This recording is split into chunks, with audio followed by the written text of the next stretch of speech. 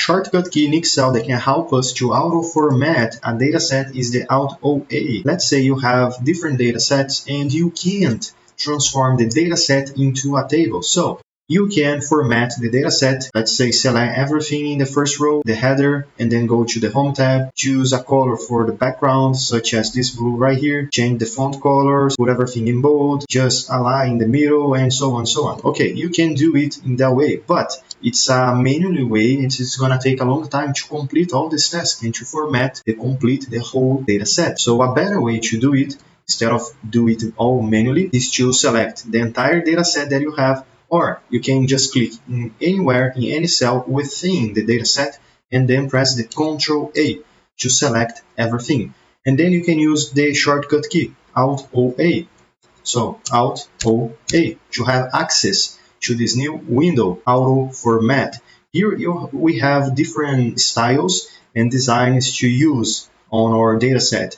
And remember, here we are not talking about tables, but dataset itself, okay?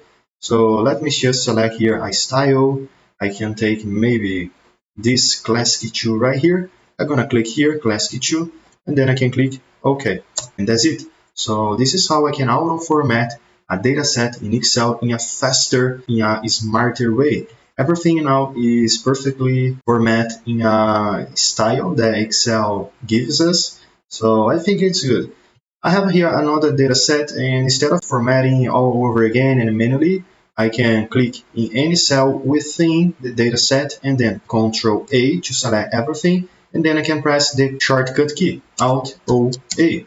That way we're gonna have here this pop-up, and I can choose any style that I want to use. Let's say now this Classic 3 right here, but I can choose all the other styles if I want to, but I'm gonna stick with the Classic 3, okay? And then I'm gonna click here, okay, or before it, we have more options. So let me click here, options, and we have a couple of more features, such as number, border, font, patterners.